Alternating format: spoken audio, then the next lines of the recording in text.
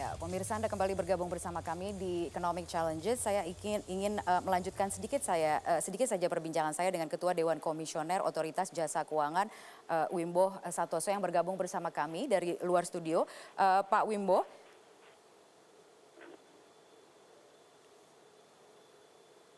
Ya, Tania. Ya, Pak Wimbo. Suara saya jelas ya, Pak? Pak Wimbo, artinya antisipasinya ke depan seperti apa, Pak? Kita ingin mendapatkan gambaran skenario apa saja sebenarnya yang kemudian diproyeksikan. Kita bicara dalam kerangka penanganan atau dampak dari virus corona ini yang juga sudah dinyatakan sebagai pandemi oleh WHO.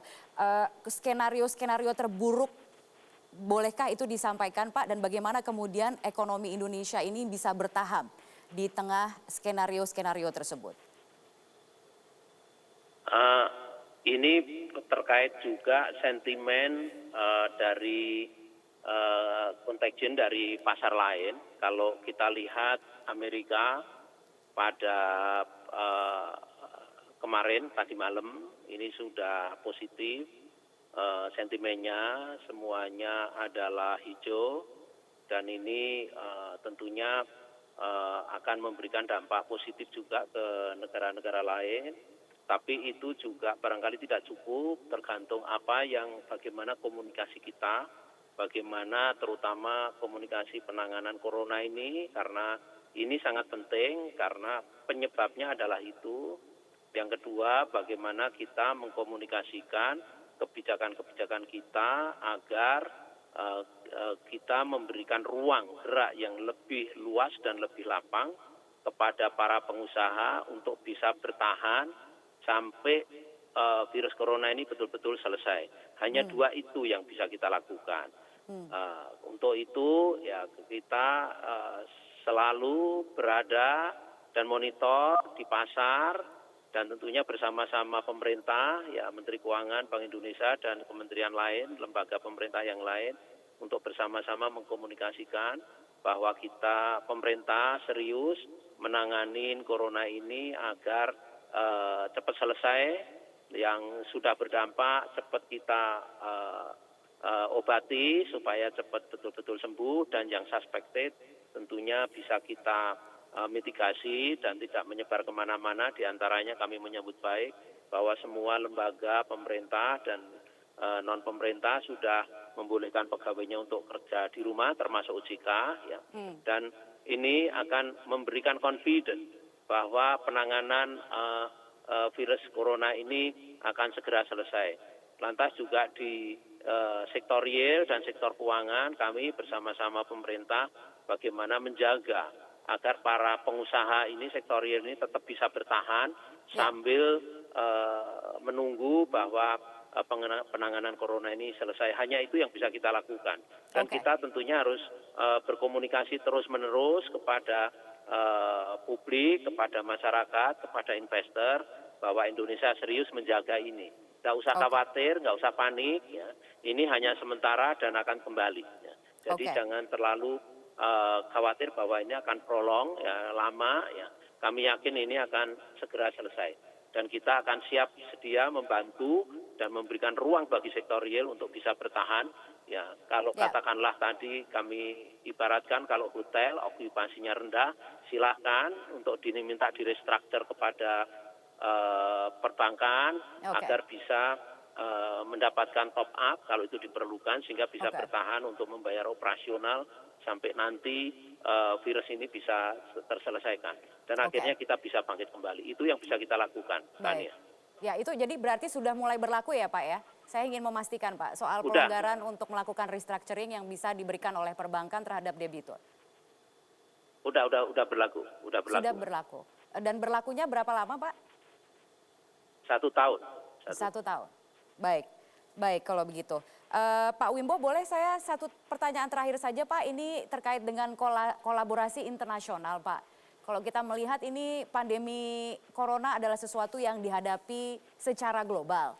Apakah ada yang bisa kita harapkan dari kolaborasi internasional, misalnya dari kelompok G7, G20, IMF, dan World Bank?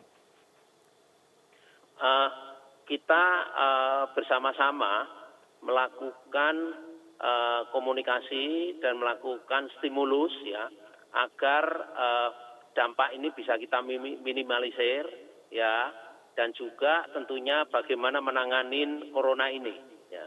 Ya kita saya rasa mempunyai platform sendiri-sendiri ya, bagaimana kita terutama di sektor keuangan, di sektor real ya, fiskal ya, moneter, ini ada platform yang bersama-sama kita sharing informasi. Bukan berarti kita harus menerapkan hal yang sama.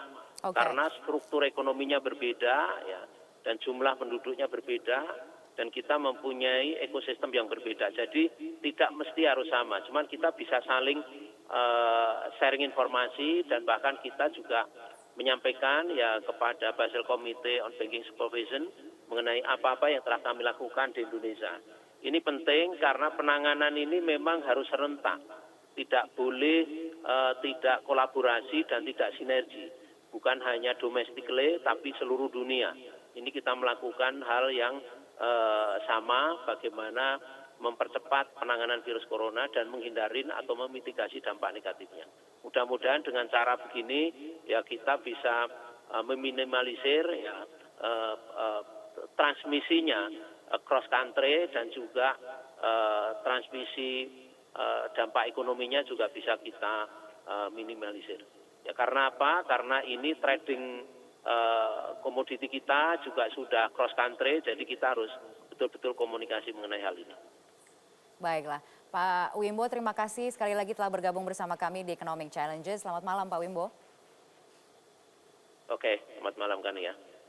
Iya, baik. Langsung saya akan minta tanggapan dari narasumber yang sudah bersama saya di studio, tadi ikut mendengarkan pernyataan dari Ketua OJK Wimbo Santoso. Saya ingin ke Pak Rosan terlebih dahulu untuk menanggapi ada kebijakan terbaru yang baru saja diumumkan pertama kalinya malam hari ini. Ya, pertama selamat malam Mbak Kania, dan kita tentunya menyambut baik karena memang hal ini yang kita usulkan sebetulnya awal minggu lalu kita usulkan langsung ke Bapak Presiden mengenai beberapa hal. Dan saya sangat senang sekali mendengar ini karena ini salah satu yang diusulkan, karena ini adalah menjadi hal yang sangat penting buat para pengusaha. Bisa dipastikan terutama pengusaha yang terdampak langsung ya, perhotelan, restoran, hospitality, udah pasti restructure deh. Yeah. Restructure-nya ini bukan hanya bunga saja atau pokoknya udah semuanya. Gitu. Dan memang ini harus saya dengar tadi ini kan diperluas untuk semua bidang. Yeah. Ini memang diperlukan. Kenapa? Yang penting buat kita kan sekarang menjaga cash flow. Kita mencoba mengefisienkan dari segala lini, dari cash flow, operasional, dan tentunya ini akan membantu kita terus, istilahnya kita tahu yang penting kita berjalan dulu deh. Ya, bertahan gitu. dulu. Bertahan dulu. Ya.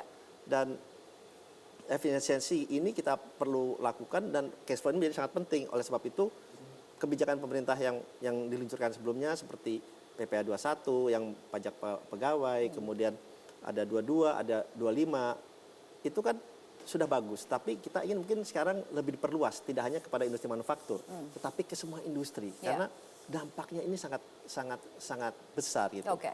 Seperti apa kondisinya saat ini, mungkin bisa memberikan gambaran secara umum? Ya. Apakah ini kemudian kalau kita melihat memang ada sektor-sektor yang terdampak langsung gitu, pariwisata, perhotelan dan lain sebagainya seperti yang tadi Anda sampaikan. Tapi secara umum untuk industri yang lain seperti apa dampak? Ya sebetulnya semua akan terdampak gitu. Karena terdampaknya ini bukan hanya dari industrinya saja, tapi karena supply and demand juga shock, ini turun semua gitu ya. Mungkin saya melompat sedikit karena partner dagang kita terbesar kan China. Yeah. Impor kita dari China itu 26%. Ekspor kita kurang lebih 16,7%. China sekarang baru mulai jalan nih. Tadi sempat seperti bahan baku kita, raw material kita sempat terganggu. Ini juga sekarang beberapa bidang masih terbatas. Yang berhubungan kain, farmasi, itu elektronik terutama karena impor kita dari China elektronik tuh paling besar. Ya. Nah, semua ini akan terdampak. Yang melakukan ekspor juga ya memang kemarin sempat ekspor naik, impor kita menurun jadi surplus. Tetapi kalau dilihat ini untuk jangka berikutnya ekspor kita kelihatan kan juga akan akan turun karena komoditas harganya juga sedang turun, batu bara sedang turun, yang lain-lainnya yang berbagai komoditas sedang turun. Jadi ini memang diperlukan. Yang kita ingin sampaikan pemerintah, yang penting ini company bertahan dulu deh. Moodnya Iya. ini Kuncinya bertahan dulu, tapi bertahannya berapa lama begitu Iya, ya? Ini karena tergantung penanganannya juga berarti. kalau kita pengusaha bilang ini, kita we hopes for the best, prepare for the worst. Right. Ya, Jadi worst-nya udah ketahuan seperti apa? belum. Belum. Kita belum tahu karena Belum tahu ya. Oke, itu yang akan kita bahas sesaat lagi. Kita harus jeda terlebih dahulu. Saya ingin juga melibatkan Pak Agustinus untuk memberikan proyeksinya sesaat lagi usai pariwara berikut ini. Pemirsa tetaplah bersama kami.